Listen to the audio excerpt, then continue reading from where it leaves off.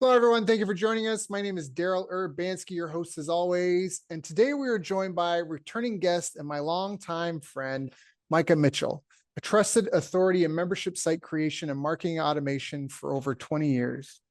As co-founder of Memberium, he's helped countless entrepreneurs build, grow, and even sell thriving online communities. Micah's mission is to guide 100,000 content creators towards profitable, lifestyle-enhancing ventures while delivering top-tier client experiences. From launching new courses to automating established platforms, his proven methods consistently drive results. Whether you're just getting started or scaling a successful membership site, Micah has helped tens, if not hundreds of people in your shoes succeed.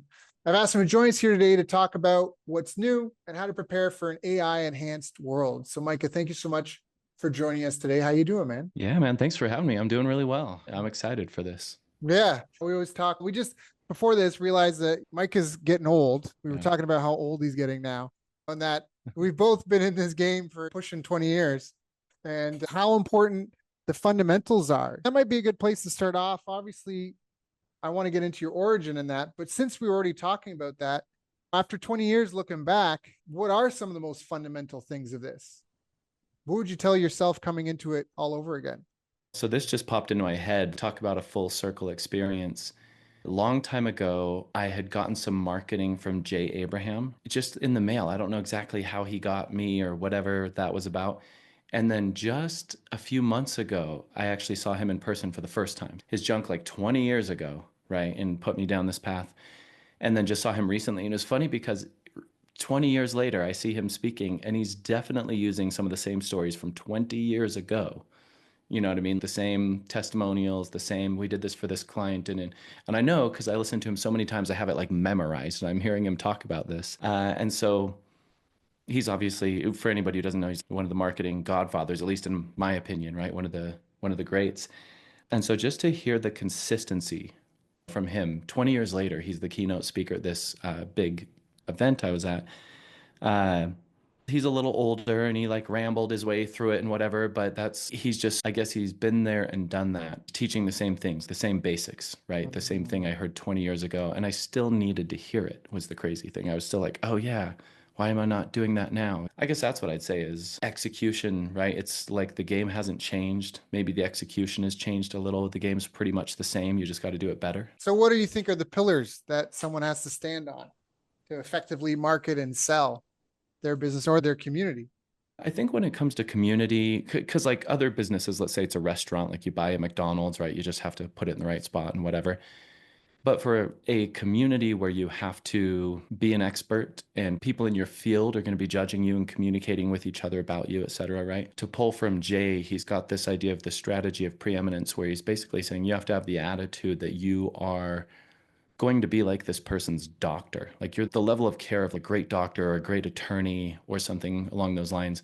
And if you treat them that way, they're a client and so on. And I don't want to just quote Jay forever, but after learning that from him, applied that. And it's worked incredibly well in the long term. And when I think of community, I think, yeah, that's got to last a while to make sense because it takes a lot of energy to get going. You might as well be part of it long enough to get profits for years. And to keep it going for a long time, I think you definitely have to have their best interest in mind and then communicate that nonstop and communicate in a way that is assumed. Or it's the reason he calls it preeminence is you just basically presuppose that you are the very best for them. And not in an egotistical way, but you then try to be that. Like, okay, I have to be this, Mm-hmm. right? And then if you can walk the walk and then you can talk the talk extremely well, aka marketing and sales, you're great, right? Because the confidence shows through. And that's what he's about. And I bring that up to say there's been times when I've been in business just because it seemed like a good opportunity and my heart wasn't in it and whatever. And Mm-hmm. I don't want to cheat anybody by any means, but it's, oh, I could have probably done better. I wasn't the right guy for that business. And I think that's why those businesses didn't work. But the ones where I Mm-hmm. was like, I'm all in and fell in love with that client, type of client, you might say, then it worked really well because I think they can feel that.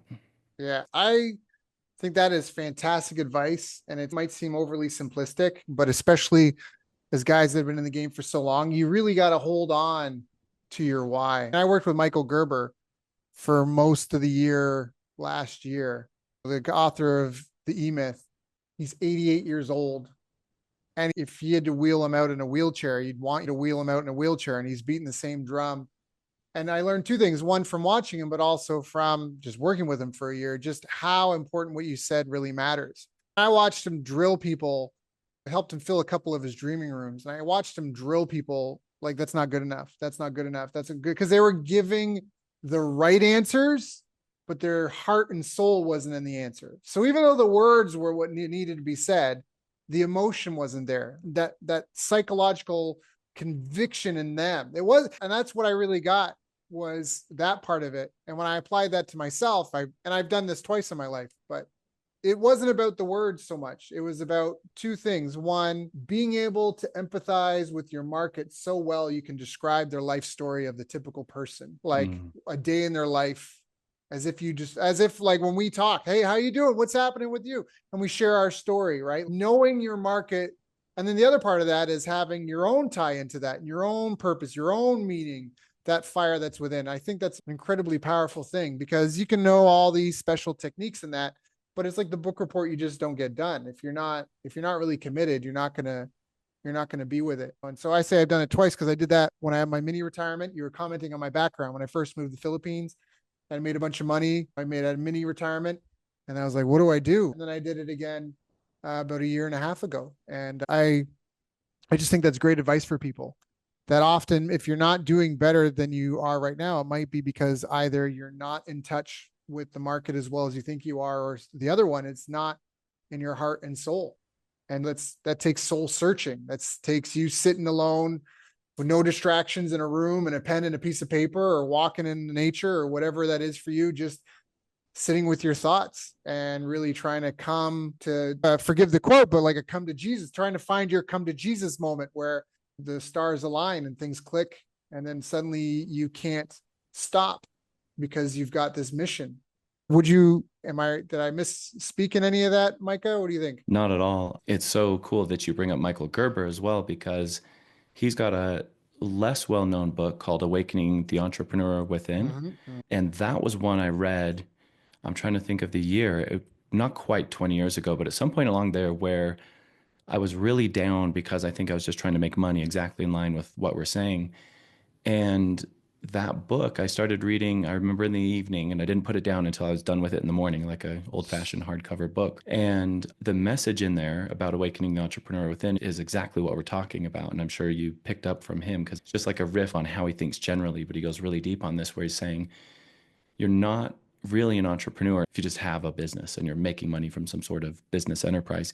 You're an entrepreneur when you're completely obsessed with something, right? You're like living that thing. Yeah. You and it are not really separable. And he talks about how when you do find, that's when the entrepreneur awakens. And I totally felt that. That's why I finished that book, like whatever it was in there. And that's when I decided to go all in on, it was Infusionsoft at the time. And his message was this, so instead, part of it was like, instead of just serving everybody, it's like, who's the one person, right? And I decided, what's this Infusionsoft thing? And then once I went so deep on that, everything became clear, right? And it's almost like a leap of faith, where I have taught me a lot of things in the past, like the riches are in the niches, like an inch wide, a mile deep. That's you, I quote you. And that idea, people always think, no, there's no way. And you got to go mile wide. You got to do everything. You got to have this customer and do everything, walk their dog, massage their feet, whatever, right? And it's no, I'm the expert of just this really niche, stupid thing. Most people have no freaking idea what I'm talking about. And that works way better, right? But until somebody's actually done it, it's hard to believe, I think. But like I said, Awakening the Entrepreneur Within from Gerber was mind blowing for me on that. Yeah, I forget where I heard it, but it was 0 to 1,000,000 comes the fastest path from 0 to 1,000,000 is solving a specific problem with a specific solution for a specific type of person consistently. When you can figure that out and you can do that, and it's just your bread and butter, you know how to find these people, do the dance to get them to buy, deliver what you promise, all that stuff. That's what's going to get you there. So this is such fantastic advice. Now, how does AI shake all this up? I know obviously that's a big topic of discussion in communities in the membership world. What are your insights on that? Yeah, so we, in a couple of months from now, so in April, are doing an event about memberships and AI specifically. And the reason we're doing an event Oh, sorry about that. We'd done these in the past. Give me a second. Shut this off. And they were just about memberships. And I had done them enough times that it got stale for me, just like I'm teaching the same thing. We already have these recordings. What's the point? But with AI, not just coming along, because it came along a little over 2 years ago or so, but it maturing to where the applications are ready for these people. For example, last week we were doing a pre-study group call, and one of the other experts on the call said it this way. They said, because we're having a debate saying, how good is the audio generation today, the AI audio generation? Can you just write a script and it can read it in your voice and that's good? And he said, it's not perfect, but it's better than the alternative at this point. So Mm, it's better to send them an audio that's generated by AI of the influencer reading whatever message than it is to send them in text. mm, And I think that idea of it's better than the alternative is starting to creep into more and more areas where initially with ChatGPT, like a couple of years ago, we, as a joke, had it write us a poem about our software, which is super boring, in a Shakespearean style. So it was rhyming these technical jargon words into some lovely little thing, right? And we sent it to our audience just more like a gimmick of, hey, check out what AI is up yeah, to, right? yeah. And then I've been in all these groups studying it for a while, but I noticed it becoming mature over time. Like, oh, now this is a credible application. Now that's a credible application. More and more to where today it's, man, if it's not today, you got like months and it'll be right there. Mm, So my mindset on it, especially as it relates to membership sites, is it's a 100% change of the game. Membership sites are just content and communication, just language, right? AI, the base of this is these large language models. I think it touches everything. Initially, my ideas were the obvious things, right? Oh, content generation, refactoring content. But the deeper we've got into it, it's no, this is a chatbot that can understand the user's background. So a member comes to the site to learn about tennis, let's say, and it can actually understand the age of this person, where they live, mm, what the weather is there, all sorts of stuff about this person, right? And then where they are in the program. And then they can ask it a question. Hey, I'm hitting out of bounds all the time on my serve. I'm hitting long or whatever it is, right? Pretty soon, and in some cases now, it could even analyze a video of this person's serve. Or, for example, a video of someone's piano recital or whatever, and then give them feedback and even generate a video of the expert. So imagine like any expert, your favorite person, like Tony Robbins or whoever, Oprah, depending on who's listening to this, and you ask a question, hey, what is this and that and the other thing? And then you get a personal, in depth video from Oprah answering that, mm, right? Her mm. voice, her face, her content, as close as possible to as if she actually responded to you. So that's where it's going. And so all these experts, and we have a ton of them who have legacy, I would call it legacy content, where they're like, oh, I've been doing this for 30 years. I'm an experienced doctor. And on the one hand, that's huge credibility. But on the other hand, is how does that translate into this new world if you have these static videos on this old crappy looking website? Mm. Like it isn't accessible. And so we right now are all about taking people through this process of understanding what they can do and then trying to, and what we found is for different people, it's different first steps. One automatically was like, yeah, I want to clone myself. And so they did that part. One of them was like, I just want to write these holiday theme related emails. And he fed it a PDF of his book and some email templates and said, rewrite these email templates in my voice. And he was like thrilled. Like I rarely see this guy this happy. And I've known him a long time because it wrote these emails for him and was including stories from his book and like in his voice and tone and using his jargon and speaking to his audience. This stuff is crazy. And so I think of it in layers where it's okay, it can generate text, obviously. That's what we all know ChatGPT does. You can turn that text into audio. You can take that audio and generate a video.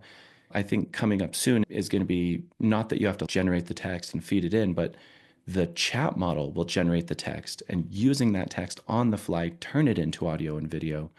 And you're going to be like interacting like we are on a Zoom call, but with, and in some cases, this is already happening. One of our partners helps success.com. And so they have the virtual Jim Rohn, for example, and his estate or whatever owns the property, but they're the ones facilitating that business.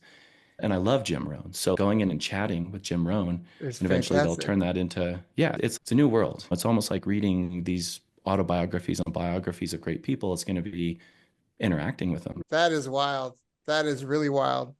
So, how does someone who's not a Jim Rohn and hasn't spent a lifetime building that legacy. Should they be, how do you, I can't compete with Jim. I'm not. What do we do? How do we prepare? What do you think are some of the, I don't want to say AI proof, but what are some of the safe shores, so to speak?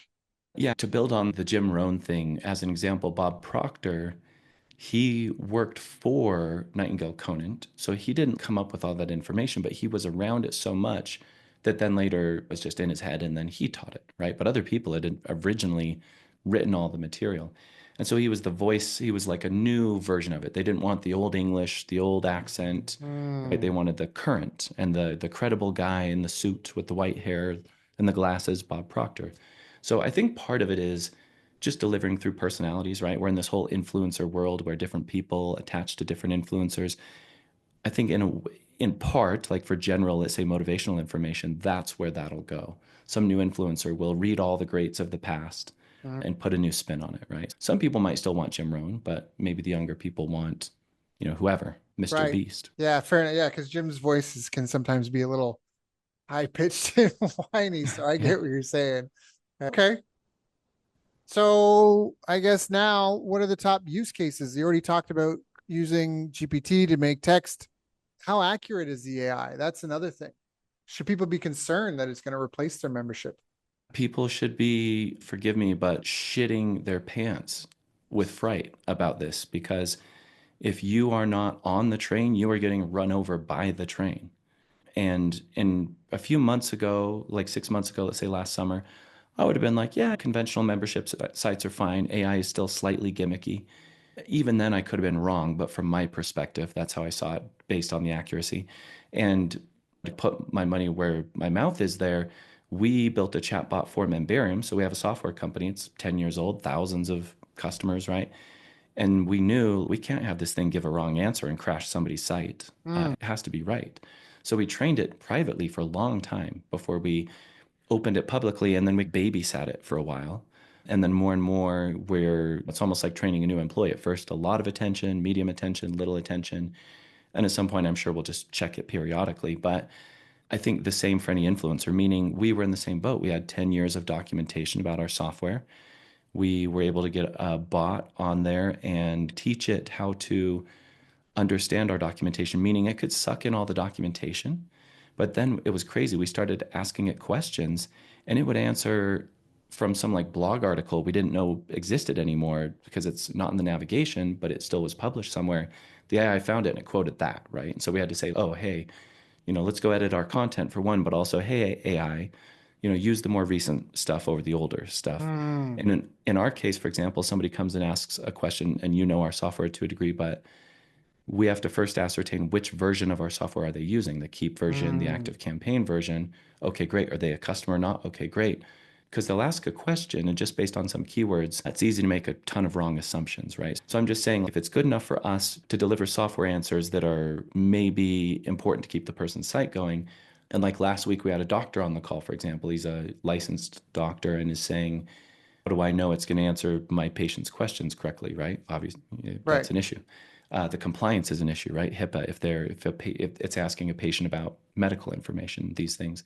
So it's still a little bit the Wild West, but it seems smart enough. And I know it doesn't actually understand what it's saying, but I'm just saying the algorithms are sharp enough to give seemingly correct information most of the time. And so it's getting pretty scary in a good Right. way, I think, but also if you're not on the train, like I said, in a scary way. Right. So I guess I'm circling back, and maybe I should just ask AI this, but what are some of the safe beaches and safe shores? If you're just peddling some advice and now I don't need to pay your monthly membership for this, right? What do I go to? Yeah, so there's definitely a couple approaches to that. For example, this medical doctor does a lot of alternative medicine, and he was saying when somebody asks ChatGPT about an issue with their heart or something, because of the sheer percentage of information online about surgeries and medications, it's going to return that. It's never going to come back with this alternative stuff, right? Just as a statistics thing, because it's going statistically off of how do I answer this. So in his case, we were saying essentially you use your information, your proprietary information, and you tell your chatbot, to use it as the primary source and the open web the secondary source, right? So now somebody's coming to him for a more, his brand is Organic MD. I'm sure he wouldn't mind me throwing him a shout out. But then people are coming to him for a healthier but still medical AI experience. And so he can differentiate in that way. The other thing I would say is, and this is probably more direct to your question, more foolproof. That was like an individual example, but I'll say Sure. generally speaking, the answer to your question is prompt engineering. So you can be the, let's say, basketball professional, and then they say, why wouldn't I just ask ChatGPT about basketball? And you say, well, you do ask ChatGPT, but let me tell you how to ask ChatGPT. You join my membership to understand how to interact with all these AIs on this topic, because I'll do all that research. I'll do all the prompts. I'll compare every platform with the same prompt and tell you the pros and cons, et cetera. I think becoming the and this is, like I said, the broadest answer is if you become the expert at prompt engineering on that topic, you're still the expert on that topic.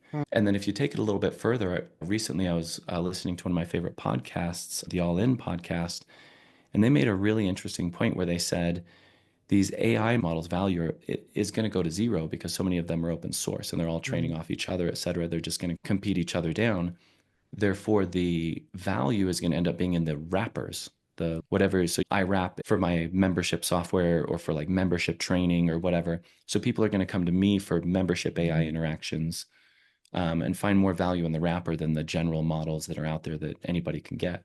And then the second piece they said, so they said number one is going to be the wrapper. That's where it's like Uber is a wrapper for cars. Airbnb is a wrapper for houses. Like that wrapper had the value. They didn't have to buy all the cars and houses.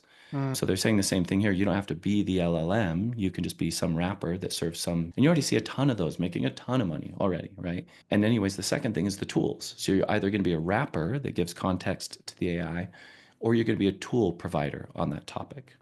And that's what they were essentially saying is, okay, it seems the value in this AI revolution is going to end up in the wrappers and the tools, similar to the internet, right? The hosting companies, Google, Amazon, all these wrappers and tool providers ended up with all the money in the long run. I love what you said. I went down mentally so many tangents in my mind listening to your speaking. I think it's a really, first off, the wrapper of AI and the tool provider with AI. That led me to thinking about diversification of work, which Adam Smith talks about in The Wealth of Nations. He talks about how if you just had one guy's trying to make pins, just like pins that you sew clothing with, that they might make 40 or 50 in a day. But when you have a team of 10 people doing it, they'll do 4,000 to 10,000 in the same 24-hour period. And the reason is that the diversification and specialization of the work. So when someone gets a specialized role, you take a task that one person can do relatively inefficiently and you break it into pieces and you have a specialist in every piece. They reach levels of efficiency that weren't hitherto thought possible. And not only that, but they seek ways to automate and enhance with machinery the tasks that they're doing. And it's like the whole marketing thing, a 15% boost in leads and a 15% boost in leads converted to sales and a 15% improvement on buyer to lead ratio and a 15% on lifetime value isn't 15 plus, it's exponential, right? It's an exponential, it's almost like compound interest in terms of the effect. So that's what I'm hearing is that with AI, we're going to have diversification into all these sub-niche uses of AI that it has to be very finely tuned for. You mentioned the organic doctor. Some people, you can ask it, but this leads into the other one is being able to ask the right questions. So people may or may not realize, but with AI, we have turned sand into intelligence because we turned sand into silicone chips and silicone chips into AI, right? Into computers, into AI. So we effectively have turned sand into intelligence. But to do that, and that potential has been there for millions of years, as long as sand has existed. But it wasn't until we started asking the right questions that we were able to actually produce that result. So we talked about prompt engineering. I wrote asking the right questions. Great. I give you this infinitely powerful tool. How many people are leading dull, unfulfilling, and relatively uninteresting lives? It's not because they don't have the gift of life and they don't have everything available to them under the sun that everybody else has. It's that they still aren't asking the right questions. They're not doing the right things with it. So I think that's what I got from what you said, that those two things, the diversification and the fact that even right now, I should be able to make a fireball in my hand. There's probably some sort of way to do it, and it's there. The potentiality for it's there right now, but I don't have the knowledge. I'm not asking the right questions type thing. So I think that's a great answer to that. What would you recommend to someone starting out and struggling right now to get either their business? The community is such an important component to any business. Even a dry cleaner has a community. A martial arts school has a community. But if someone's starting out and struggling, launching their community or their membership site business, what would be your, going back to fundamentals, what would be some of your brass tacks advice for them? Yeah, I love this question because people come from so many different backgrounds. They have so many different issues when I talk to them. At first, it seems they're all different, but doing it long enough, I think what they need is they definitely need a few cheat codes almost, right? Like in a video game when you're first learning it. So I need the invincibility one so I The don't recipe, die yeah. in 4 seconds. Yeah. And I can look around and learn, and then later I'll stop using the cheat code. And so what comes to mind there is somebody just starting out. This is another kind of leap of faith, but doing some sort of live event. And you can do them pretty cheap for sure, or you can put some money into them or whatever. But the differentiation between you and your competition who's only online, getting is one thing, right? Getting people together in a room where it's not all on you, just the interactions of the other people. Earlier, I was mentioning one of my friends, one of the other experts, just him being in that call and the banter and the back and forth and the clients being on the call and their questions, the putting together of all the people. And that was a call, but we're going to end up doing that in person. But it's something I've always recommended to people because I've seen so many information businesses over the years do it all sorts of ways, of course, right? Some people start out on their iPhone, whatever, but I do actually feel like there's a turning point when you all meet in person. When you get your community, whatever that means, together in whatever way you can, it changes the game because you can have photos of that, you can have video of that. Obviously, you can use it as an opportunity to record your content. The way I've done this now several times myself, I did it for Keep initially, I've done it for memberships, I'm redoing it in a different way right now for memberships and AI. I've started with an event every time because essentially you can start selling before you have a product. You're just selling tickets for something you're going to do in the future. And then when you put on the content, it is better in person than it would have been with you in a camera. Also, there's no opportunity for second, third, fourth takes. It just gets done, right? So the pressure, people say, oh, the gun to the head method. If I had a gun to your head and you had to fix it, what would you do, right? I feel like an event is the gun to the head because, oh, I better show up tomorrow or I got to give all these people their money back and it better be fan freaking tastic, etc. And so it's almost like a focusing agent. It's like a magnifying glass, like focusing your energy into one spot. And consistently for me, and I've seen other people do this too, like I said, it just changes the game for them because even if somebody has come to your event when it was just a handful of people, they'll remember that forever. Oh, we met at so-and-so's event. Like it just is like a level above. And during COVID, obviously, this was difficult. And for some people internationally, it can be tricky. But that's part of why I think it is the game changer, especially after COVID, where not everybody's willing to do it. Those who are build a different level of loyalty. One of the guys who's coming to this event, he had just bought the ticket. First thing, first email we sent, we were just like, whoa, okay. And I had forgotten, but it turns out he had been to one of my events, I think it was 8 years ago, 8 or 9 years ago. And he remembered that. And he's like, I'm in. I want to be in that room again with these people who are talking about this subject that I can't really find anywhere else. You hear people include it in like their marketing presentation or their this and that presentation, but to get right into like just memberships, communities, and in whoever's case, like whatever your niche is, you bring people together on that and they just love each other, right? They're like, oh, my tribe, my group, I didn't know this existed. And then since you're the one who brought them together, it's under your tent, your roof. Just all that kind of shines on you. So that's part of it. And then I do always take the recordings and say, hey, this is the new info product and sell the recordings. So you sell into the event. You sell at the event. Anyone there live from stage after you've just blown their minds with your content, you can easily say, hey, join my coaching group or buy the recordings. And then via your email list and other channels and partners afterward, you sell the recordings to everyone else. So there's like multiple paydays along the way of building your content. And I've seen people have this go poorly on them. In other words, oh, I'm going to book a gigantic ballroom for 2,000 people and blah, blah. That's not what I'm talking about. I'm saying like get an Airbnb where you can fit like 10, 20 people and invite your group. And that way you can control costs. You can put food and drinks in there without the hotel charging you too much and things like that.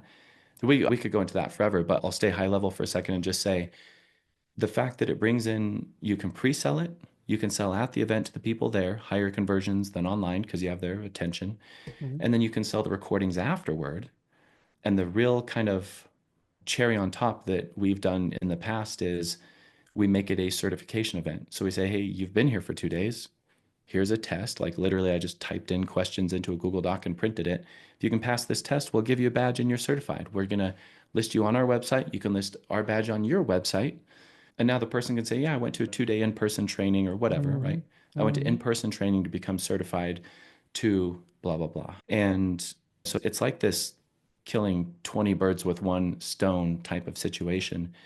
And again, you can control costs. It will put a fire under you, but you're going to come out the other end glad that you did it, glad that you learned, that you just elevated, that you have product. Because the product of, we could record this Zoom call and it could be a product that we could sell, but a recording of a stage performance with the lighting and the audience and the interactions, the panels, Mhm. you can tell this person prepped, they dressed for this, they invested in it.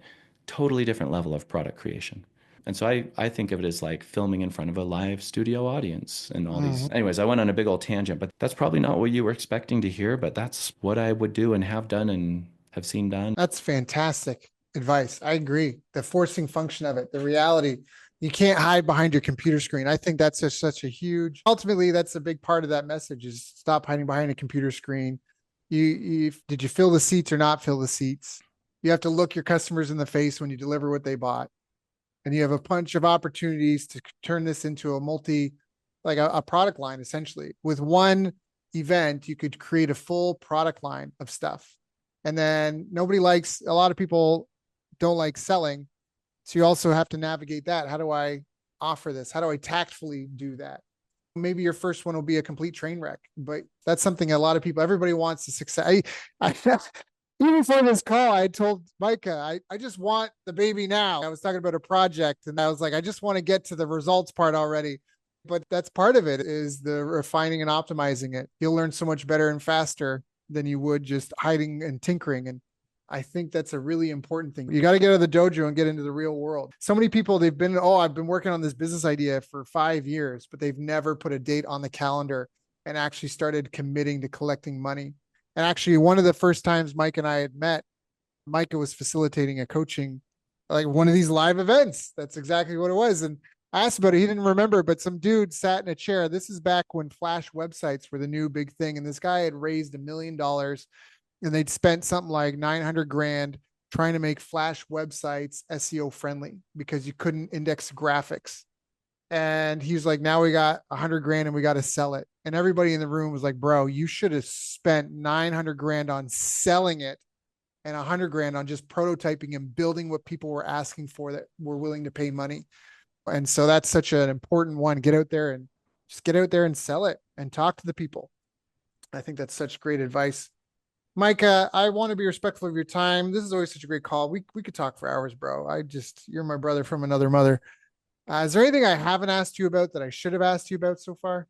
I do want to brag about our new branding on Memberium just because It it's is good. beautiful. It is good. And I'll say that we went through the ringer on that one. We tried to do it ourselves for 6 months and just wasted so much time, meaning we could have been doing productive things and we were doing design, which we're horrible at and never produced anything usable. Mm-hmm. We probably made it work. And then we hired a great designer and she built great stuff and we buckled down and implemented it. And so I bring it up because I think it gets overlooked. Even I've discounted it in the past, but a good friend of mine, actually, the founder of LearnDash, he ended up selling it and whatnot. He's doing well. He's a good guy, Justin Fairman.